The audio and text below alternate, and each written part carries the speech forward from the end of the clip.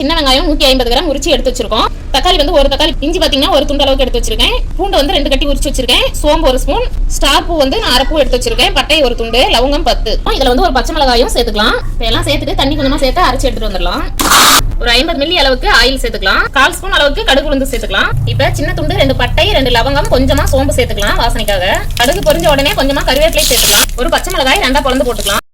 நம்ம போட்டிருந்த வெங்காயம் தக்காளியோட டேஸ்ட் எல்லாம் பாத்தீங்கன்னா நல்லாவே வதங்கிருச்சு. 1/2 ஸ்பூன் மிளகாய் தூள், 1/4 ஸ்பூன் மஞ்சள் பொடி, 1/2 ஸ்பூன் கறி மசாலா, 1 ஸ்பூன் மல்லி பொடி, 1 spoon chicken masala, 1/2 spoon pepper பொடி, தேவையான அளவு கல் உப்பு சேர்த்துக்கலாம். எல்லாம் சேர்த்துட்டு நல்லா வதக்கி விட்டுக்கோங்க. இப்ப மசாலா எல்லாம் சேர்த்துட்டு நல்லா வதக்கி வச்சு இப்போ வந்து நம்ம வாஷ் பண்ணி வச்சிருந்த சிக்கனை சேர்த்துக்கலாம். சிக்கனை சேர்த்துட்டு நல்லா வதக்கி விட்டுக்கோங்க. இப்போ வந்து சிக்கன் வந்து நல்லா ஒரு 5 நிமிஷம் வந்து நல்லாவே வதங்கிருச்சு. இப்போ வந்து நம்ம ஒரு 1/4 லிட்டர் அளவுக்கு தண்ணி சேர்த்துக்கலாம்.